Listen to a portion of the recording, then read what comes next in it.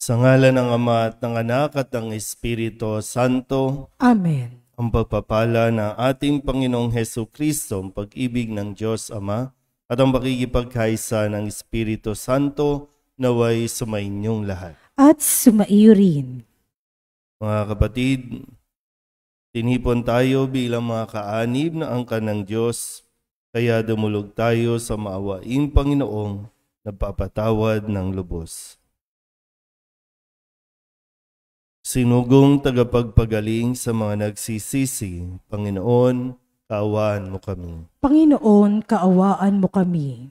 Dumating na tagapaganyayang mga makasalanay magsisi, Kristo, kaawaan mo kami. Kristo, kaawaan mo kami. Nakaluklok ka sa kanan ng Diyos Ama para ipamagitan kami.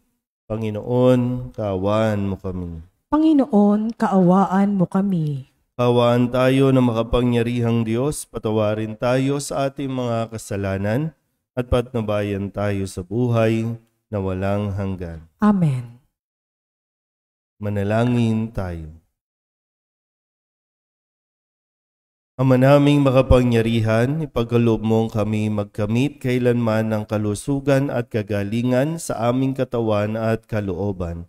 Pakundangan sa pagdalangin ng laging birheng si Santa Mariang Mahal, kami naway mahango sa hapis sa kasalukuyan at makinabang sa kaluwalhatiang walang katapusan sa pamamagitan ni Jesucristo kasama ng Espiritu Santo magpasawalang hanggan. Amen. Magsiupo po lahat.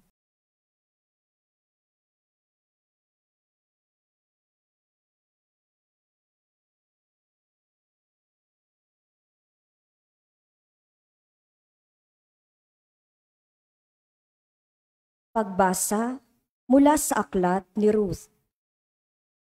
Si Elimelech, ang nasirang asawa ni Noemi, ay may isang kamag-anak na ang pangalay Boaz. Mayaman ito at makapangyarihan. Isang araw sinabi ni Ruth kay Noemi, "Pupunta po ako sa bukid at mamumulot ng mga uhay na naiiwan ng mga gumagapas. Doon ako sa may likuran ng sino mang papayag." Sumagot si Noemi, "Ikaw ang bahala, anak." Kaya't si Ruth ay nagtungo sa bukid at namulot ng mga uhay, kasunod ng mga gumagapas. Ang napuntahan niya ay bukid ni Boaz. Nilapitan ni Boaz si Ruth at kinausap, "Anak, huwag ka nang pupunta sa ibang bukid. Dito ka na lamang mamulot kasama ng aking mga manggagawang babae. Tingnan mo kung saan sila gumagapas at sumunod ka. Sinabi ko na sa mga tauhan ko na huwag kang babawalan." Yumukod si Ruth bilang pagbibigay galang at ang wika, "Napakabuti ninyo sa akin, gayong ako'y dayuhan lamang." Sumagot si Boaz, "Nabalitaan ko ang lahat ng ginawa mo sa iyong biyanan, mula nang mamatay ang iyong asawa. Alam ko ring iniwan mo ang iyong mga magulang at sariling bayan upang makipamayan sa isang lugar na wala kang kakilala." Napangasawa nga ni Boaz si Ruth at inuwi sa kanyang tahanan. Sa kapanahunan, pinagkalooban sila ng Panginoon ng isang anak na lalaki. Si Noemi ay binati ng kababaihan, "Purihin ang Panginoon. Binigyan kanya sa araw na ito ng isang apo na kakalinga sa iyo. Maging tanyag nawa sa Israel ang bata. Maghatid nawa siya ng kaaliwan sa puso mo at maging gabay sa iyong katandaan. Ang mapagmahal mong manugang na nagsilang sa bata ay higit kay sa 7 anak na lalaki." Kinuha ni Noemi ang bata at magiliw na kinalong at inalagaang mabuti. Siya'y tinawag nilang Obed. Balanay sinabihan nilang nagkaapo ng lalaki si Noemi. Si Obed ang ama ni Jesse, na ama ni David. Ang salita ng Diyos. Salamat sa Diyos. Salmong tugunan ang ating pong itutugon. Siya'y laging pagpapalain kung ang puon ay susundin. Ulitin po natin. Siya'y laging pagpapalain kung ang puon ay susundin. Mapalad ang bawat tao na sa Diyos ay may takot. Ang maalab na adhikay sumunod sa kanyang utos. Hindi siya magkukulang sa anumang kailangan. Ang buhay ay maligaya't uunlad ang kanyang buhay. Tugon. Siya'y laging pagpapalain kung ang puon ay susundin. Sa tahanan ang asaway parang ubas na mabunga. Bagong tanim na ulibo, sa may dulang ang anak niya. Tugon. Siya'y laging pagpapalain kung ang puon ay susundin. Ang sino man kung ang Diyos buong pusong susundin, buhay niya ay uunlad at laging pagpapalain. Mula sa Siyon, pagpapala nawa ng Diyos ay tanggapin at makita habang buhay, pag-unlad ng Jerusalem. Tugon. Siya'y laging pagpapalain kung ang puon ay susundin. Magsitayo po ang lahat.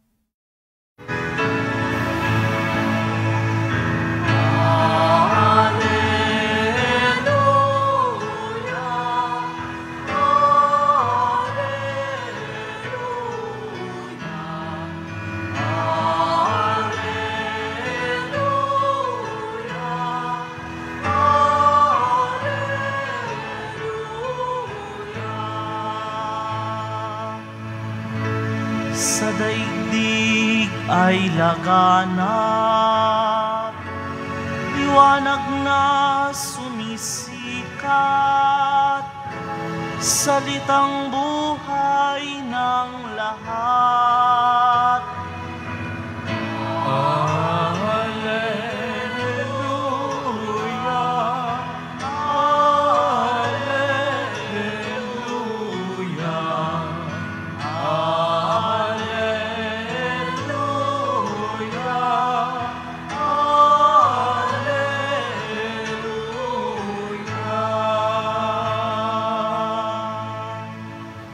Sumainyo ang Panginoon. At sumaiyo rin. Ang mabuting balita ng Panginoon ayon kay San Mateo. Papuri sa iyo, Panginoon.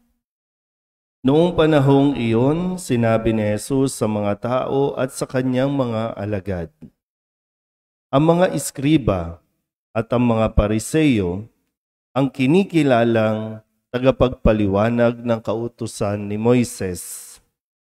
Kaya't gawin ninyo ang itinuturo nila at sundin ang kanilang iniuutos. Ngunit huwag ninyong tularan ang kanilang gawa, sapagkat hindi nila isinasagawa ang kanilang ipinangangaral.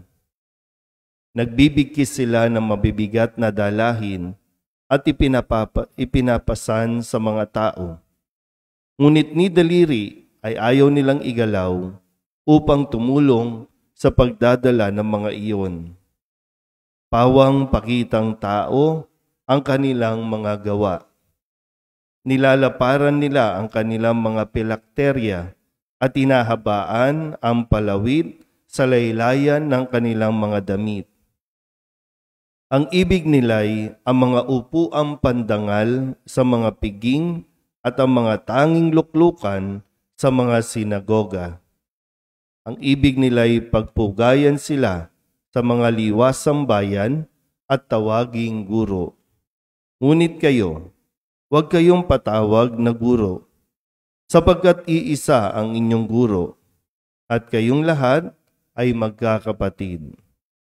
At huwag ninyong tawaging ama ang sinumang tao sa lupa, sapagkat iisa ang inyong ama, ang amang nasa langit. Huwag kayong patawag na tagapagturo, sapagkat iisa ang inyong tagapagturo, ang Mesiyas. Ang pinakadakila sa inyo ay dapat maging lingkod ninyo. Ang nagpapakataas ay ibababa, at ang nagpapakababa ay itataas. Ang mabuting balita ng Panginoon. Pinupuri ka namin, Panginoong Hesukristo. Isang mapagpalang umaga po sa inyong lahat. Natapos na naman natin ang isang buong linggo at nawa sa linggong ito ay atin pong naramdaman yung kahalagahan din at nakita, no, yung tunay na magdudulot sa atin ng yung sense of fulfillment, no, sa buhay natin. Kasi minsan kahit gaano po ka tagumpay o kalayo na ang ating narating, yung pagiging successful, minsan meron pa rin talagang kulang na hindi natin matukoy-tukoy o mapangalanan. Ano ba talaga yung makapagdudulot sa atin ng kaligayahan? Hindi sa dami, no? Hindi rin naman sa kaunti, kundi yung matagpuan natin yung tamang ugali, tamang pagkilos. Doon tayo nagkakaroon na nararamdaman natin na okay na tayo, okay tayo. At tingnan po natin yung mga aral, balikan natin yung mga ibinigay sa atin ni Kristo na magamit natin nawa, no? At mapagnilayan pa ng mabuti. Nung Lunes, ang sabi ni Kristo, kung ibig mong maging ganap, humayo ka, ipagbili mo ang iyong ari-arian at ipamigay mo sa mga dukha ang pinagbilhan. Kapag ginawa mo yan, magkakaroon ka ng kayamanan sa langit. Gaya ng binabanggit ko sa umpisa, masarap sa pakiramdam yung nakakapagpundar ka. Yung nakikita mo yung pinagpaguran mo. Masarap sa pakiramdam yun. Pero hindi doon nagtatapos. Kasi mas magiging masarap yung pakiramdam natin, yung feeling of completeness, yung fulfilled tayo, ay yung kapag nagawa naman natin na ipamigay yung mga bagay na na-attach tayo sa buhay. Lalo tigit yung mga material na bagay. So, sa panahon ng kabataan, nagpupundar, pero sa panahon na patapos na ang buhay natin, dispose din naman ang mga bagay. Kasi kung hindi yan i-detach sa buhay natin, wala talaga. Kamamatayan lang natin yan. Nung Martes naman, sa kabila ng lahat ng mga natatanggap nating biyaya sa Diyos o mula sa Diyos, manatili tayong katulad ni Maria na handang maglingkod sa Panginoon. Kaya sabi ni Maria, no, ako'y alipin ng Panginoon, mangyari sa akin ang iyong sinabi. Huwag nating kalimutan lagi kung sino tayo sa harapan ng Panginoon. Dahil ang Panginoon nating ito ay pantay-pantay kung humusga, pantay-pantay kung magbigay ng biyaya. Pag sinabing pantay-pantay, alam niya kung ano ang kailangan mo, alam niya kung ano ang dapat mong tanggapin. May mga taong hindi makontento, may mga taong ang tingin sa sarili, mas higit dapat ang kanilang natatanggap.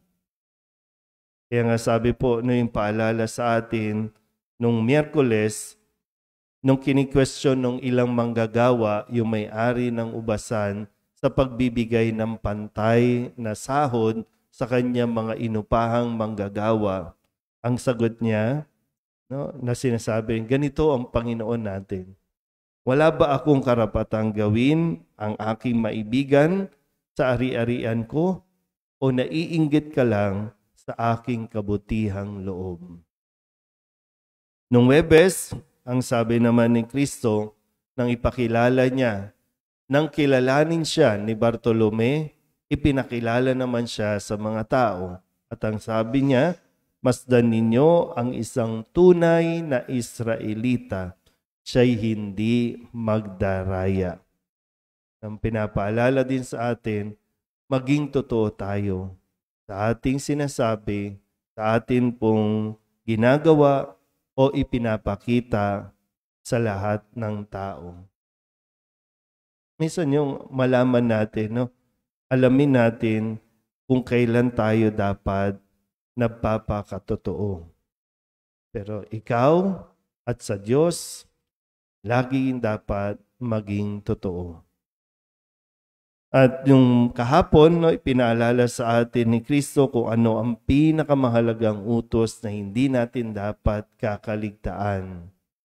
Ibigin mo ang Panginoon mong Diyos ng buong puso, ng buong kaluluwa, at ng buong pag-iisip.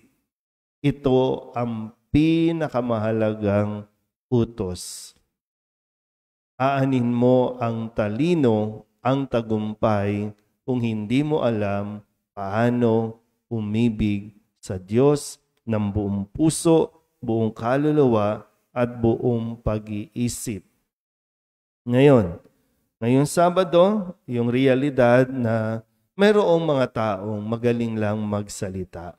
May mga authorities na hanggang salita lang, ngawa lang ng gawa. Pero marami sa atin ang nadidisappoint, marami sa atin ang kahit mismo sa simbahan, marami sa atin na nagiging cause ng iskandalo sa mga taong nagpupunta ng simbahan. Pero tandaan natin ang simbahan, hindi ito lugar ng, kumbaga, mga banal na. Ang simbahan ay isang lugar kung saan tayo po ay pinupurify, tinuturuan pa, nasa proseso pa tayo ng pagiging banal, pagiging mabuti. Kaya itinuturo, ipinaparinig sa atin lahat ng aral na binibigay ni Kristo. May mga authority sa simbahan na pinagkalooban ng kapangyarihang magturo. Pero marami, katulad ko bilang pari, marami kayong nakikita na para magkaiba yata ang kanilang sinasabi sa kanilang ginagawa. Kaya sabi ni Kristo, huwag ninyong tularan ang kanilang gawa, sapagkat hindi nila isinasagawa ang kanilang pinapangaral.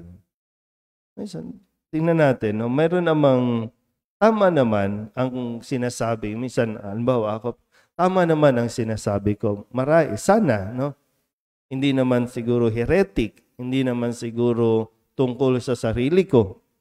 Kung ito ay tungkol sa salita ng Diyos, sa utos ng Diyos, pakinggan ninyo ng mabuti. Although mahirap minsan, mahirap para sa tao na ihiwalay yung karakter, yung personality ng tao sa sinasabi. Kasi ang gusto natin talaga yung perfect na yung sinasabi niyan dapat nakikita natin sa gawa. Pero meron pong mga authority na may mga kahinaan pa at hindi pa tuluyang na kukonquer yung kanyang sarili, kaya may mga lumalabas pa mga issues sa buhay. Pero ang sinasabi sa atin ay manatili kayo sa simbahan. Pakinggan ang sinasabi kasi ito yung magdudulot ng kaligtasan. Pero huwag gagawin ang kanilang, yung ginagawa nila.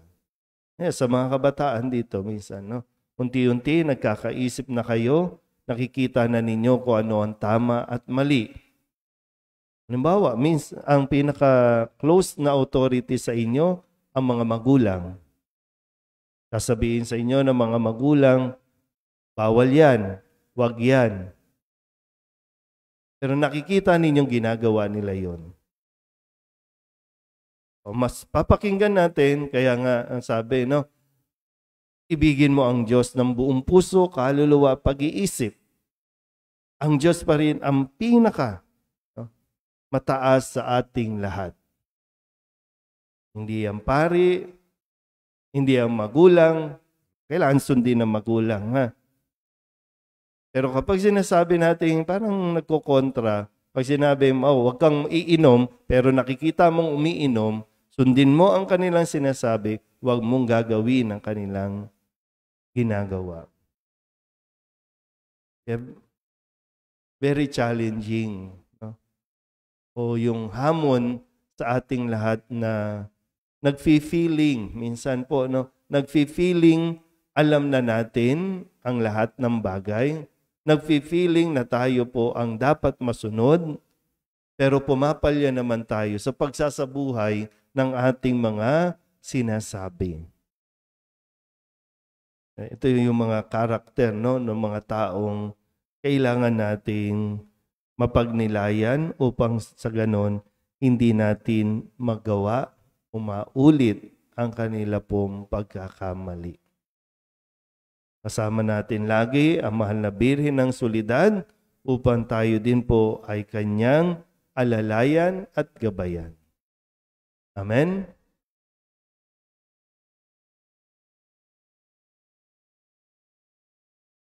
Mahabaging Ama, marapatin po ninyong dinggin ang aming panalangin sapagkat nananampalataya kami sa iyong anak, aming Panginoong Hesukristo. Lumalapit kami sa Kanya sa pamamagitan ni Maria. Bilang isang sambayanang taimtim, tayong manalangin at sabihin sa pamamagitan ng mahal na Birhen ng Soledad, pakinggan mo kami. Sa pamamagitan ng mahal na Birhen ng Soledad, Ama, pakinggan mo kami. Sa pamamagitan ng aming binyag, kami ay tinawag mo sa pananampalataya, naway patuloy kaming tumugon sa tawag ng mahal na Birhen ng Soledad para sa pagbabalik loob, pagsisisi at pagtatalaga ng aming sarili sa Diyos. Manalangin tayo. Sa pamamagitan ng mahal na Birhen ng Soledad, Ama, pakinggan mo kami. Ama, idinudulog namin sa iyo ang mga pinuno ng aming pamahalaan. Ipagkaloob mo po sa kanila ang katapatan sa paglilingkod at naway kumilos sila para sa ikabubuti ng sambayanang Pilipino, lalo na ang mga nagugutom at naghihirap. Manalangin tayo. Sa pamamagitan ng mahal na Birhen ng Soledad, Ama, pakinggan mo kami. Ama, inilalapit namin sa iyo ang aming parokya, ang Nuestra Señora de la Soledad, at ang mga samahan na bumubuo nito, gayon din ang Arkidiocese ng Maynila at ang Simbahang Katolika sa bawat sulok ng mundo. Gawin mo kaming masigasig na makibahagi sa mga gawain ng simbahan, maging bukas palad sa pag-aalay ng sarili sa gawa at panalangin, at mamunga nawa ang lahat ng ito ng kabanalan, hustisya at kapayapaan. Manalangin tayo. Sa pamamagitan ng mahal na Birhen ng Soledad, Ama, pakinggan mo kami. Si Jesus ay nananatili sa ating piling sa Santisimo Sakramento, kaya kami po ay nananalangin para sa bukasyon sa pagpapari upang patuloy naming matanggap ang pagpapala ng Eukaristiya na sentro ng Kristiyanong pamumuhay. Manalangin tayo. Sa pamamagitan ng mahal na Birhen ng Soledad, Ama, pakinggan mo kami. Ipinakita ni Jesus ang kanyang pagmamalasakit sa mga may sakit, kaya't natatangi naming hiling na lingapin mo at palakasin ang mga kapatid naming may karamdaman at nangihina. Manalangin tayo. Sa pamamagitan ng mahal na Birhen ng Soledad, Ama, pakinggan mo kami. Idinadalangin namin ang lahat ng mga kapatid naming yumauna. Patawarin ang kanilang kasalanan at gantimpalaan sila ng tahanan sa langit. Manalangin tayo. Sa pamamagitan ng mahal na Birhen ng Soledad, Ama, pakinggan mo kami. Bilang ina, ipinakita ni Maria ang mga mabubuting katangian, lalo na ang katapatan, pagpapakumbaba, pagsunod at kalinisan, upang hindi maging hadlang sa misyon ng kanyang anak.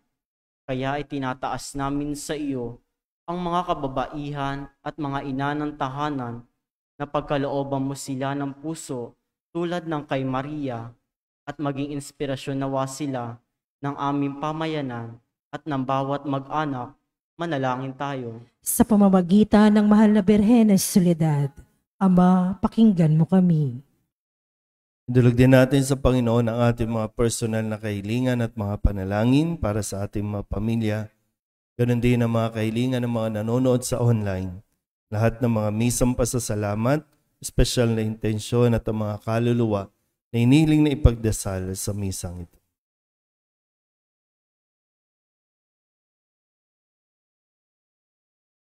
Ang lahat ng ito iniling namin sa ngalan ni Kristong aming Panginoon. Amen. Magsiupo po ang lahat.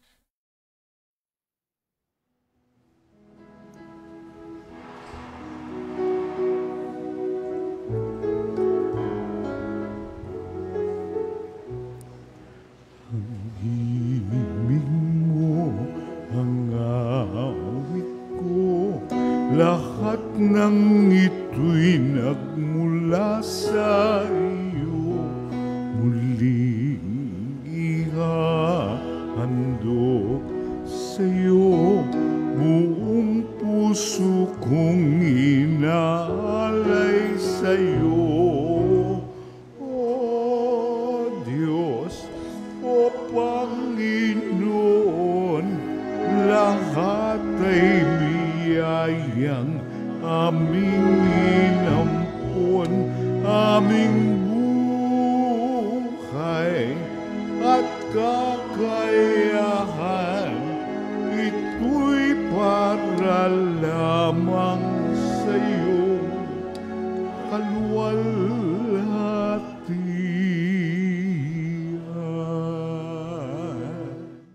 Manalangin kayo mga kapatid upang paghahain natin ay kalugdan ng Diyos Amang makapangyarihan. Tanggapin nawa ng Panginoon itong paghahain sa iyong mga kamay, sa kapurihan niya at karangalan, sa ating kapakinabangan at sa buong sambayanan niyang banal. Ama naming lumikha, ang iyong nagkatawang taong anak ay tumulong nawa sa aming ginagawa upang siya na iniluwal ni Maria nang di bumawas kundi lalo pang nagpaganap sa pagkabirhen ay magpagindapat na kalugdan mo ang aming paghahain sa ikapagpapatawad ng mga kasalanan, sapagkat siya ang Panginoong kasama mo at ng Espiritu Santo magpasawalang hanggan. Amen. Sumainyo ang Panginoon. At sumaiyo rin. Itaas sa Diyos ang inyong puso at diwa. Itinaas na namin sa Panginoon. Pasalamatan natin ang Panginoong ating Diyos. Marapat na siya ay pasalamatan.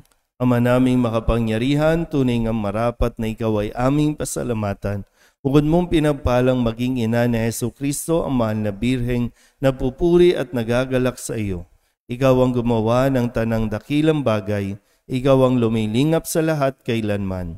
Nilingap mo ang mahal na birhen bilang iyong abang alipin na iyong binigyan ng tungkuling kumalinga sa anak mong manunubos namin.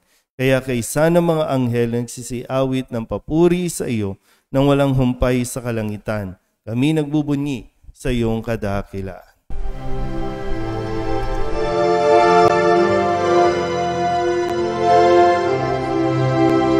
Santo, Santo, Santo, Panginoong Diyos makapangyarihan, napupuno ang langit at lupa ng kaluwalhatian mo. Hosana sa kaitaasan, pinagpalang na paririto sa ngalan ng Panginoon. Hosana sa kaitaasan.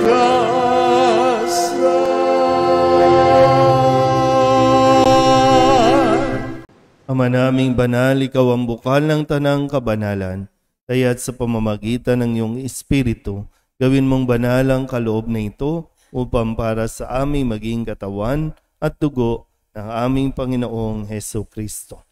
Bago niya pinagtiis ang kusang loob na maging handog, hinawakan niya ang tinapay, inasalamatan kaniya, inaghati-hati niya iyon, iniabot sa kanyang mga alagad at sinabi, tanggapin ninyong lahat ito at kanin, ito ang aking katawan na ihahandog para sa inyo.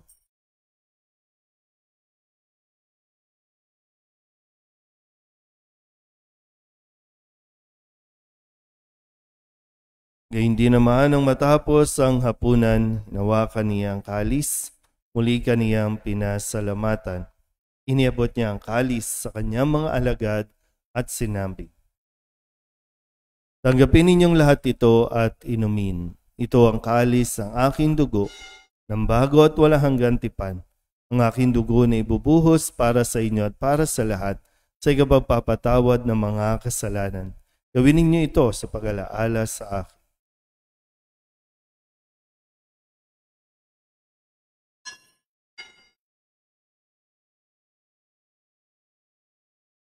Ipagbunyi natin ang misteryo ng pananampalataya. Si Kristo'y namatay, si Kristo'y nabuhay, si Kristo'y babalik sa wakas ng panahon. Ama, ginagawa namin ngayon ang pag-alaala sa pagkamatay at muling pagkabuhay ng iyong anak, kaya tiniaalay namin sa iyo ang tinapay na nagbibigay buhay at ang kalis na nagkakaloob ng kaligtasan. Kami napapasalamat dahil kami iyong minarapat na tumayo sa harap mo para maglingkod sa iyo. Isinasamo namin kami magsasalo-salo sa katawan at dugo ni Kristo ay mabuklod sa pagkakaisa sa pamamagitan ng Espiritu Santo. Ama, lingapin mo ang iyong simbahang laganap sa buong daigdig. Huspusin mo kami sa pag-ibig kay San Leon na aming Papa at ni Jose na aming Obispo at ng Tanang Kaparian. Alalahanin mo rin ang mga kapatid naming nahimlay na may pag-asang sila'y muling mabubuhay, gayon din ang lahat ng mga pumanaw. Tawaan mo sila at patuloyin sa iyong kaliwanagan. Tawaan mo at pagindapating kaming lahat na makasalo sa iyong buhay na walang wakas.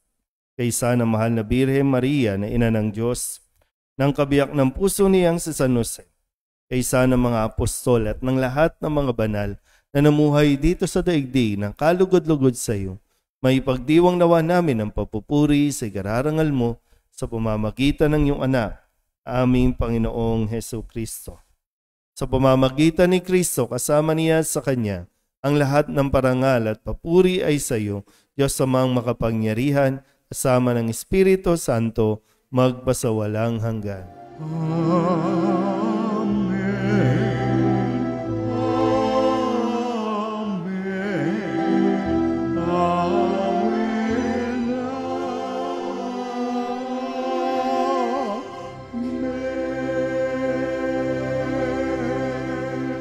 Sa tagubili ng nakagagaling na utos at turo ni Jesus sa Panginoon natin at Diyos, ipahayag natin ng lakas loob.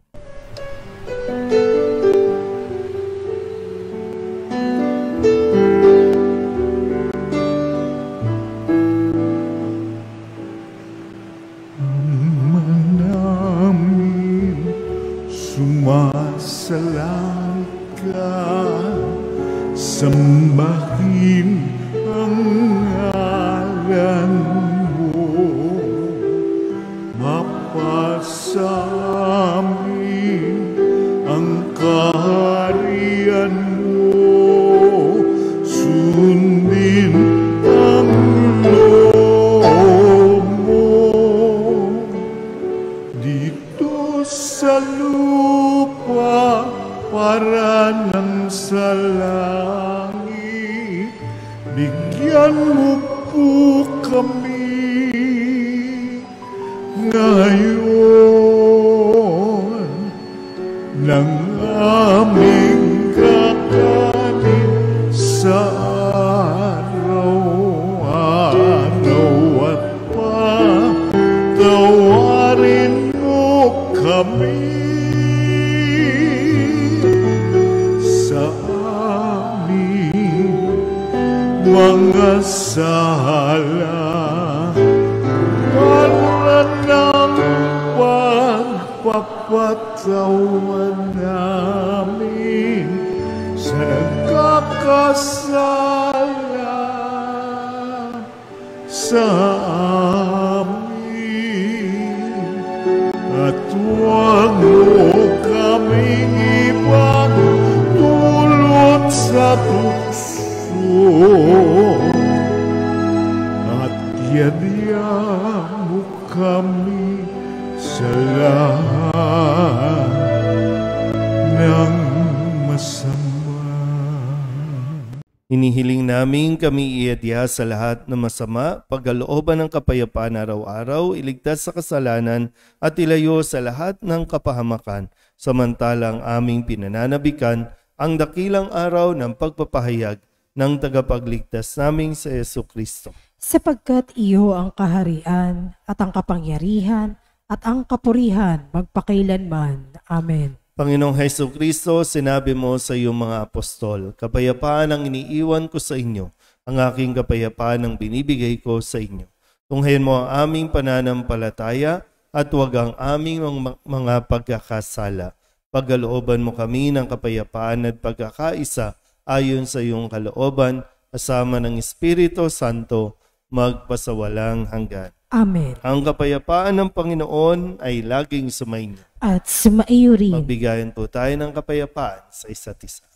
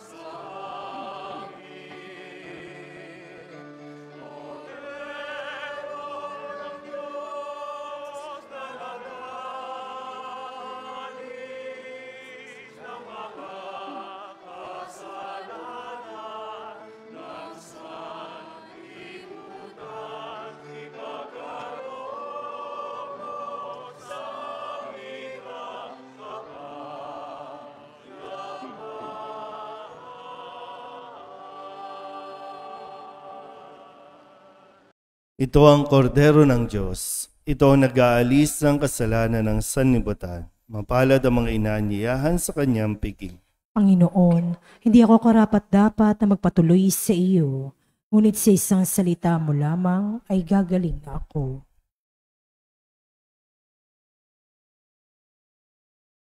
Katawan ni Kristo. Amen.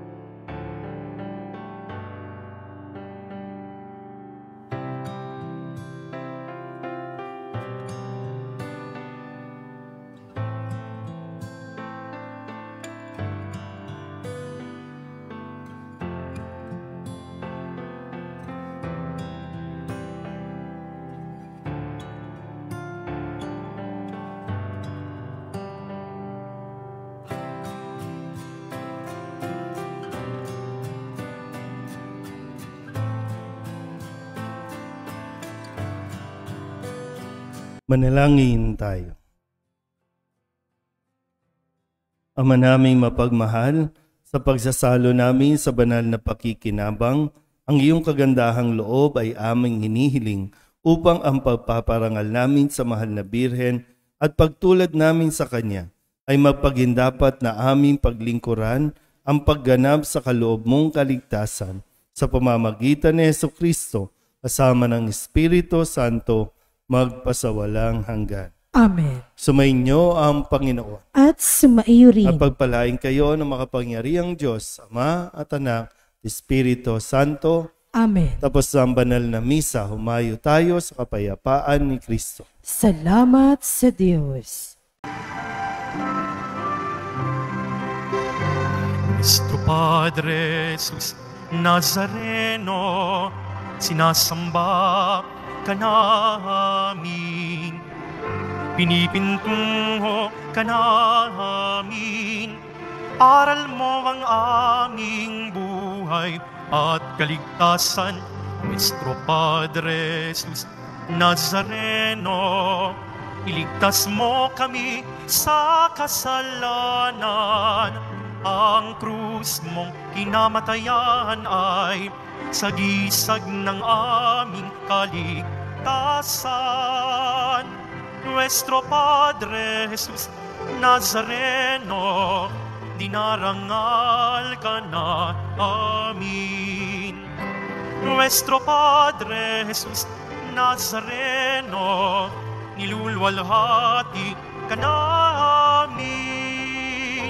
Nuestro Padre Jesus Nazareno, dinarangal ka na amin.